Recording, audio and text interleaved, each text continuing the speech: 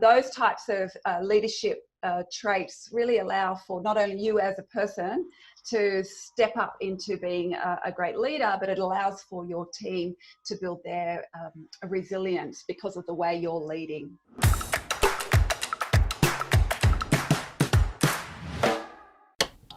Hey everybody, my name is Andrew Tran. I'm a marketing branding strategist. I help organizations, their teams, their team leaders deliver and execute on the challenges they're facing, from marketing campaigns to market entry activity, all the way through to strategy and planning. If you want to hit me up, check out my website. It's www.andrewtran.asia. You can find out a little bit more about me. You can book time with me. But until then, let's get on with the show.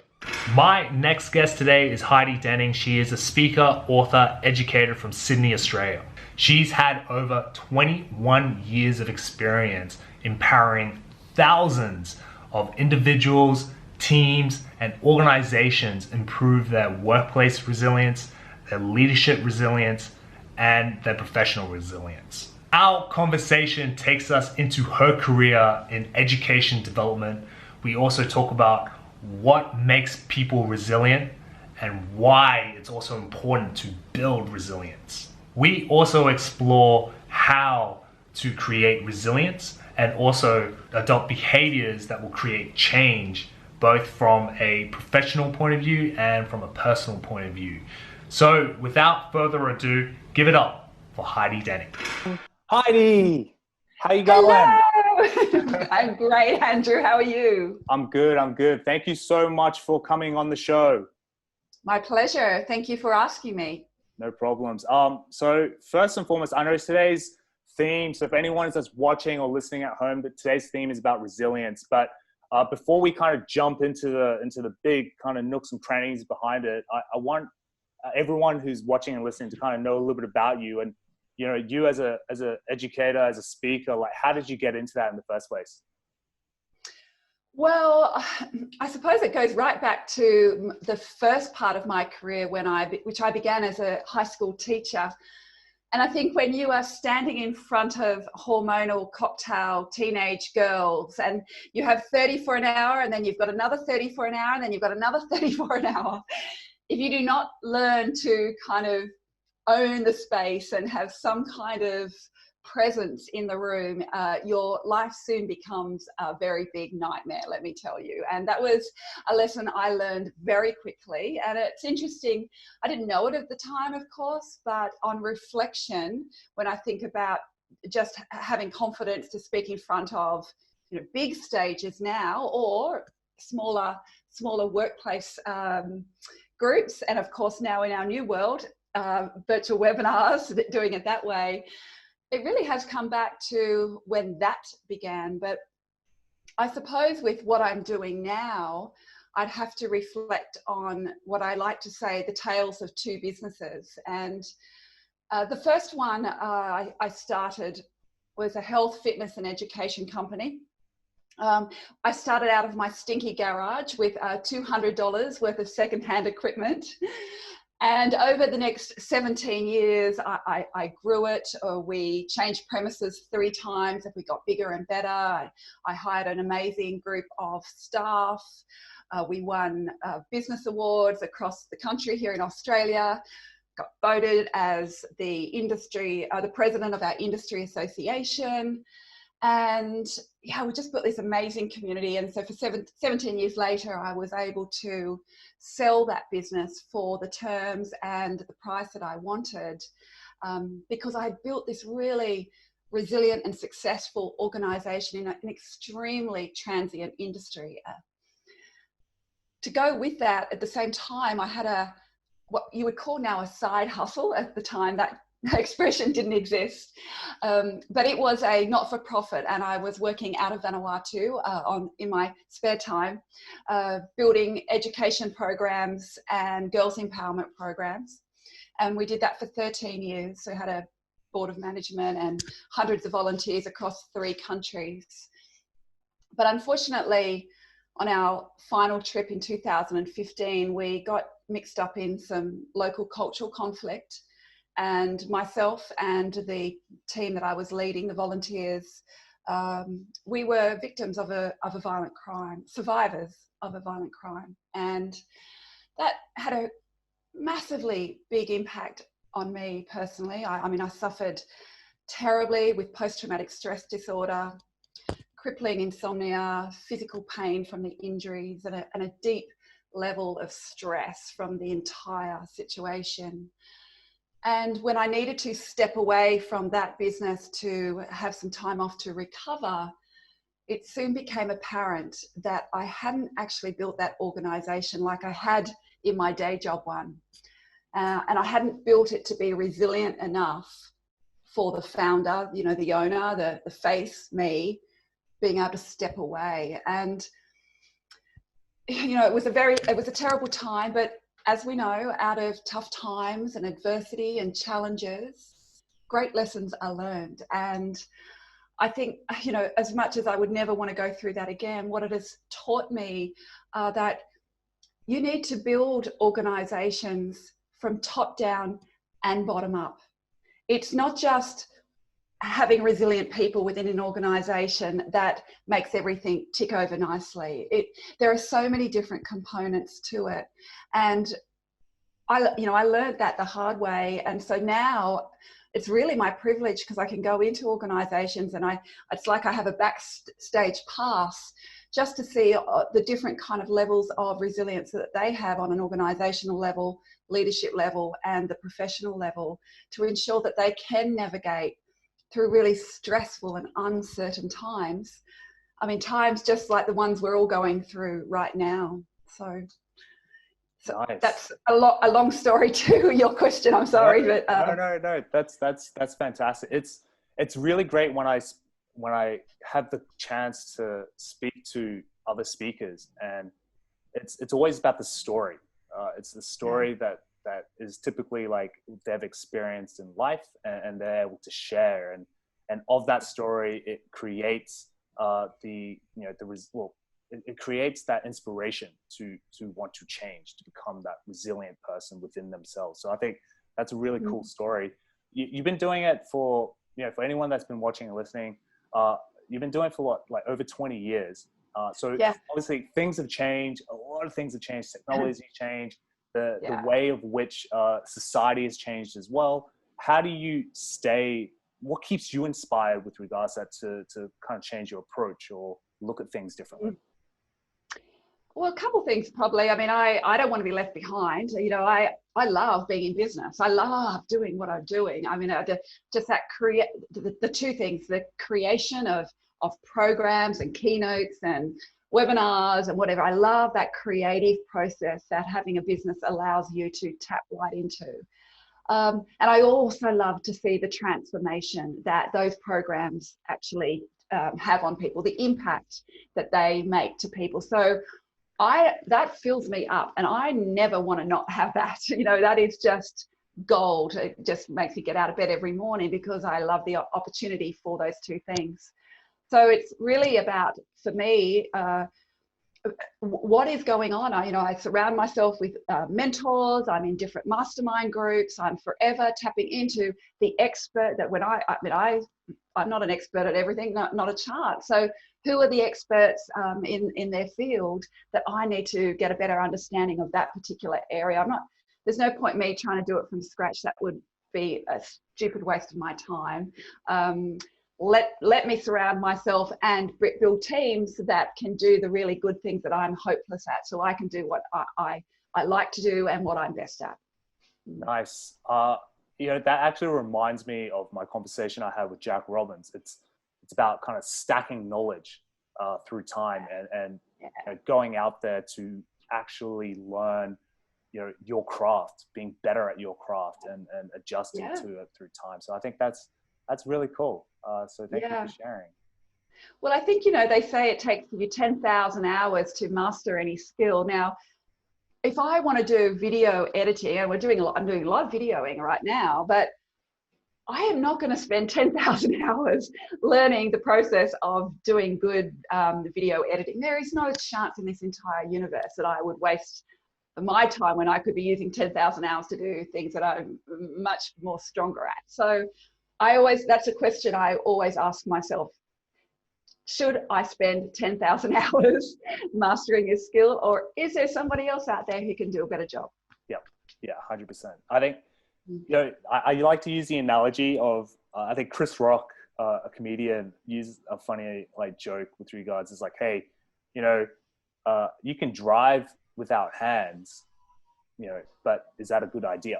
It's the same thing. Like I use that when I'm talking to my brothers and sisters. I'm like, I can do my taxes, but I rather just pay a tax like an accountant to do it, who's a professional. Absolutely. That's the expert. Absolutely. So, yeah, I totally get it. So jumping in, we're talking about resilience. You touched on it before, and I want to ask, and it's really fun to know about this as well. What is the characteristics when it comes to, resilience in people? Yeah, well, there are 4 things that influence how resilient somebody's going to be. The first one is our nature, the DNA that we've received from our parents that will influence how resilient we're going to be. It influences many things, of course, whether we like it or not. Then there's the nature versus nurture thing, how we're brought up. What our support networks are right now, what our socio-economic circumstances are. These all impact our levels of resilience. Then there are the events that happen to us. And I suppose this is one that most people think has the greatest impact on our level of resilience. Whether it has been something from our childhood, whether it's gone over a long period of time, whether it's been those big, I call them cannonballs that hit you in life and knock you over. Those events do, of course, chip away at our resilience. There is no doubt. But in fact, the component that impacts our resilience the most is the way we think about those events. And I'm sure you would know people, Andrew, that they have gone through exactly the same situation, yet they've had extremely different response from it. And this is, the way that we control our thoughts and manage our mindset and how we think about what has happened to us is really the defining factor on how resilient we can be to those events. Nice. So it's those key moments in life, I guess, and those experiences that enable us, that teaches us, gives us that learning to become resilient. Yeah, I mean, each time we kind of come out of a challenging time, we like building our resilience muscle a little bit more. But it's, out of that challenging time, I like to say that you either are the boss of your thoughts or you're the slave to your thoughts. So, who do you want to be? And how do you manage that? I mean, I go through a whole process on how to flip your thoughts from being kind of you being a slave to them to being the boss of them. And for example, when something does happen to us, how do we think about it? I mean, is it a curveball or is it a cannonball? Like, how do we place that event in our life? And, I talk about curveballs and cannonballs quite a bit because being able to distinguish between them is really important. And those curveballs that we all have to go through, it seems, in life, they definitely knock us off track a little bit. But it's the cannonballs that are the ones that really can knock us to our knees. And we have to fight really hard to get back up from them. So, when we're the boss of our thoughts, we can acknowledge the fact that something is either a curveball or a cannonball. Some people say making a mountain out of a molehill, same kind of thing. So just being able to manage how you perceive things is really important. Nice. Okay, cool. And I think that probably might lead into this next question I have, which is around adoption. So how can people adopt some of the behaviors to become resilient? Yeah, well, look, I think one of the things that this kind of curveball and cannonball situation is that it's out of your control. We don't have any control over the things that happen to us, really. I mean, a little bit, but not a lot. I mean, no one could have controlled COVID-19. Like, none of us had any control over that. And that is impacting us all in a massive way. So when we don't have control of those events, what are the things that we do have control of? My favorite saying in the world is, if it's going to be, it's up to me. And I just think when you can apply that to your life and find the things that you do have control over, and really make sure that you're doing the work to improve the situation around things you have control of. So now I'm talking to people a lot about, because there's such people are, their days are so like they've never been in their lifetimes. They're doing Zoom calls out of cupboards because that's the only way they can get some peace and quiet and no distraction. And they've got flatmates and family members and fur babies all around them, and it's really tricky. They don't have a lot of control over how their day looks anymore. They don't get to go to the office and tap into their normal kind of structure. So we're talking about structuring self-care sanctuaries at the beginning of the day and the end of the day, because that's something you actually do have some control over. What you do when you get up, to ensure that you're not in this cycle of stress all day long, and the things that you can do at night time to make this buffer between your work day and your rejuvenation time, which is sleep, so that you can actually wake up and be productive and creative and optimistic and be a great leader the next day. So it's finding those things that you can have control over, and those morning and evening rituals, whatever you like to call them, habits, I call them self-care sanctuaries, are something we do have control over. So let's do what we can with those.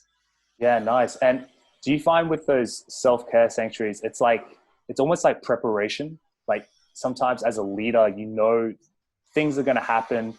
It's either documented through life, through history, and so you look at ways to prepare. Hello? Yeah. Absolutely. I mean, it's all about the preparation, because it is in that kind of ritual, in that habit, in that particular amount of time that you are preparing your day, or preparing your week, your month, your year, your life. All of that kind of starts with how you start that moment in the day. Yeah, nice. Moving along, I love when I was doing some research on you and your profile, you talked about the fundamental differences with regards to workplace resilience, leadership resilience, and professional resilience. Just for those who are interested, who are watching, who are listening, what are the kind of fundamental differences between those three? Yeah, thank you. Yeah, well, when I talk about professional resilience, I talk about that whole piece around what we have control over. What we have control over in our day to ensure that we can maximize what we're doing. And those rituals at the beginning and the end of the day are a great example of doing something that will set you up for success during the day.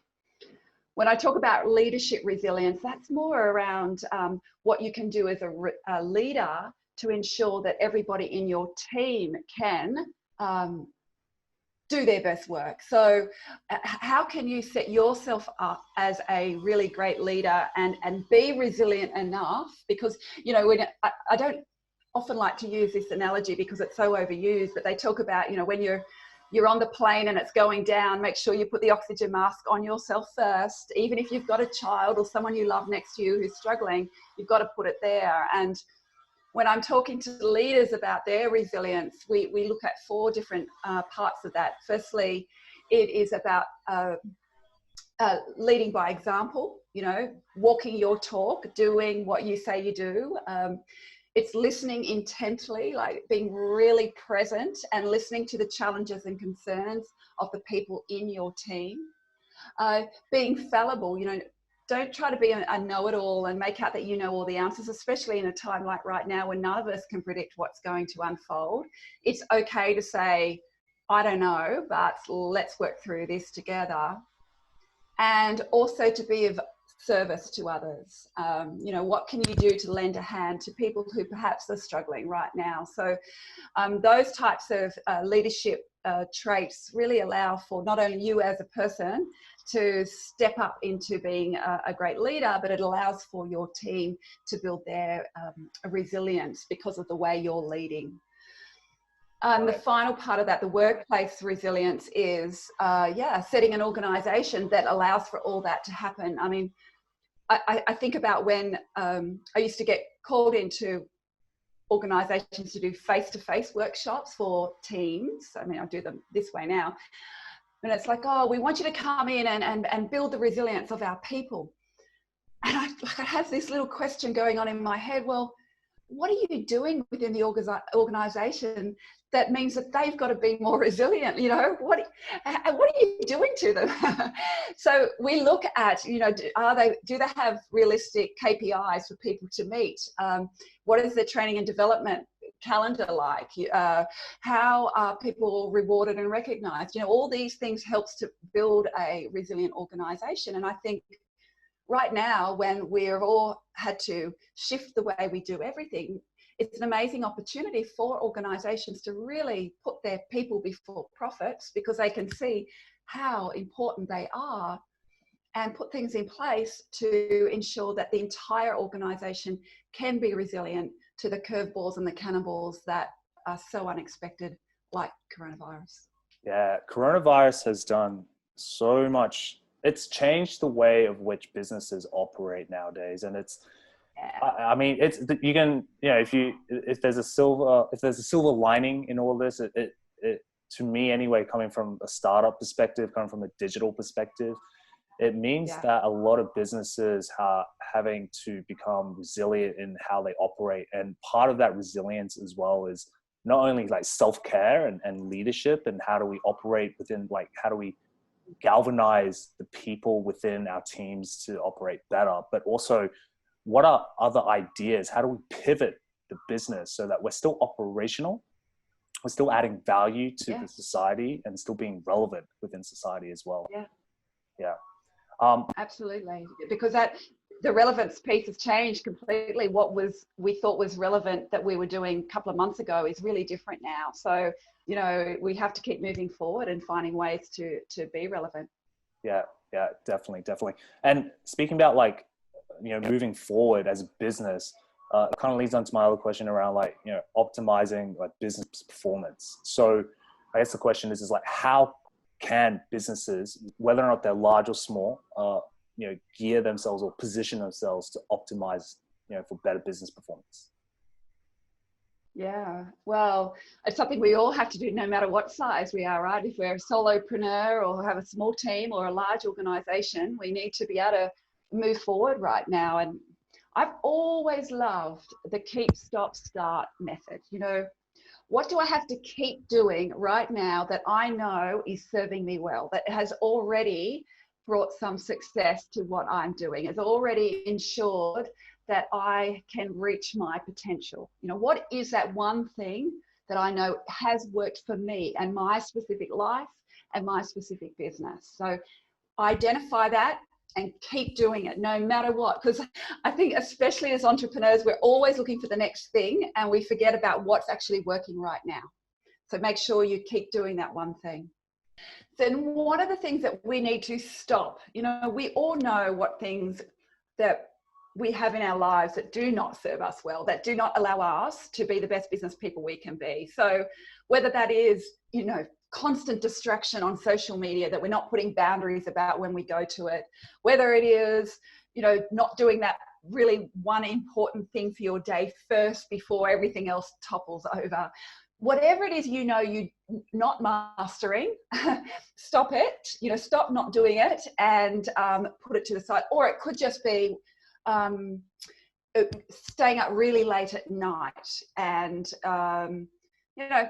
just getting down rabbit holes on YouTube or whatever it might be. Just name that one thing is not serving you well to keep your business thriving. And then the final part is, what are you going to start? What are you going to start doing that you're not already doing that you should implement? Now, that might be in this world, that you need to put together a series of videos explaining what you do better, that you've now shifted. So who are you now, and how are you going to be able to serve the world better? Like, what is that one thing that you know you need to start? Don't get stuck, because it's very easy to get stuck right now, because what you've always done and been doing isn't working. Don't get stuck. Just start one thing.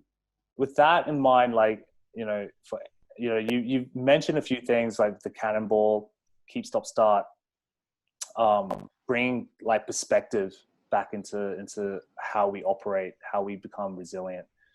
Is there anything that you might want to recommend, either like exercises or even reading certain novels or books around becoming resilient, if they had to take away a couple of things from today's kind of conversation? Yeah, look, there is something that I'd love to share.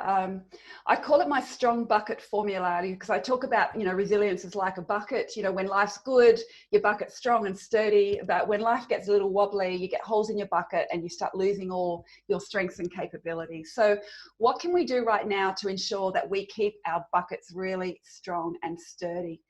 And it starts with actually understanding how the current situation is impacting us. Like all KPIs, it's really important to know our starting score, and I'm more than happy to share. I've got a little 3-minute quiz that people can do online to get their starting score, resilience score. Because once you know where you are right now, that's when we can put things in place to improve that. So it doesn't matter if that score's fantastic or if it's right down here. Let's put some things in place. And I say there are 4 things that you can put in place to improve your resilience score. The first one is sometime every day to be still. Just to embrace silence and stillness without distraction. Turn off the phones, sit under a tree, listen to nature, whatever it is, but just be still. Give your brain an opportunity to reboot itself, because that really helps to boost your resilience. There is no doubt about it. The second one is to find joy.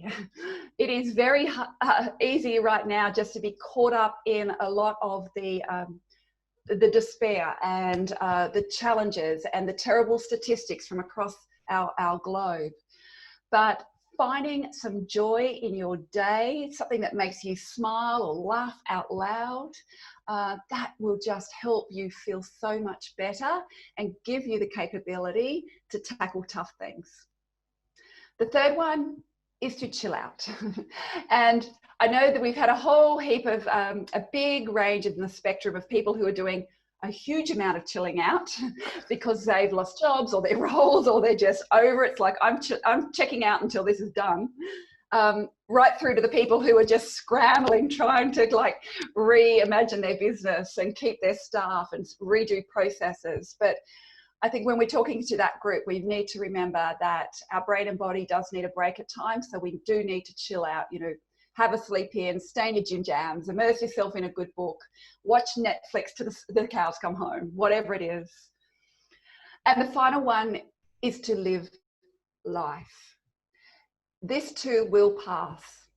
And although we are a little stuck right now, I mean, certainly no one's traveling overseas, but here in Australia, we are starting to loosen things up. And it's often in the planning of those really great parts of our life, which used to be travel, and whether that is, just to the next suburb to do something a little different, or into your CBD to go to a gallery or see a show, or, drink a cocktail in a swanky wine bar. Often it is the planning of that that really does fill us up and makes us feel like we're living life. So perhaps find that one thing that you know that you will do once restrictions lift. Here in Australia, we had all our regional areas decimated bushfires earlier in the year. So I've been talking to people to, pick one of the regional towns and start looking into that. Where are you going to stay? What are you going to do when you go there? How are you going to get there? Because it's in the planning that it makes us feel like we are really living life. Nicely. They're my 4. Nicely put. Nicely put. Thank you so much. And for anyone who wants to reach out to you, what's the best channels to reach out to you? Well, my website is heididenning.com, HEIDIDENING, one N, not two. And my social media handles are all the same, Heidi Denning. I spend a lot of time on LinkedIn mostly out of all of them. So that's probably the best way to see anything that I'm doing and connect. But yeah, please reach out. Let's have a chat. I'd love to know how you are going right now with your resilience in this incredibly stressful and uncertain time. Nicely put. Thank you so much, Heidi. And for anyone who's watching or listening, I'll put all the details in the show notes and description below, so all is good. So thank you, Heidi. Everyone who's listening and watching, I hope you guys are having a great day or week ahead, wherever you're watching, whenever you're watching, and I will see you on the next show.